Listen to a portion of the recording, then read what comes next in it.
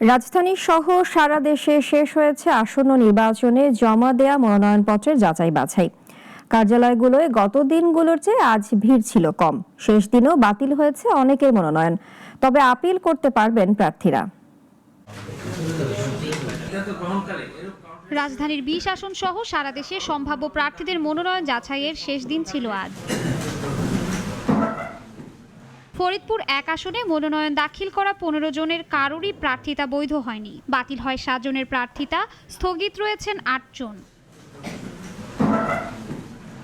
সিরাজগঞ্জে ৪৫ জন মনোনয়নপত্র জমা দিলেও যাচাই বাছাইয়ে বিভিন্ন ত্রুটি ও কারণ দেখিয়ে ১৩ জনের মনোনয়ন বাতিল করা হয়। নওগাঁয় ৫ জনের মনোনয়ন বাতিল ও ২ জনের প্রার্থিতা স্থগিত করেন জেলা রিটার্নিং অফিসার। প্রত্যেকেই স্বতন্ত্র ও এবি পার্টির ছিলেন।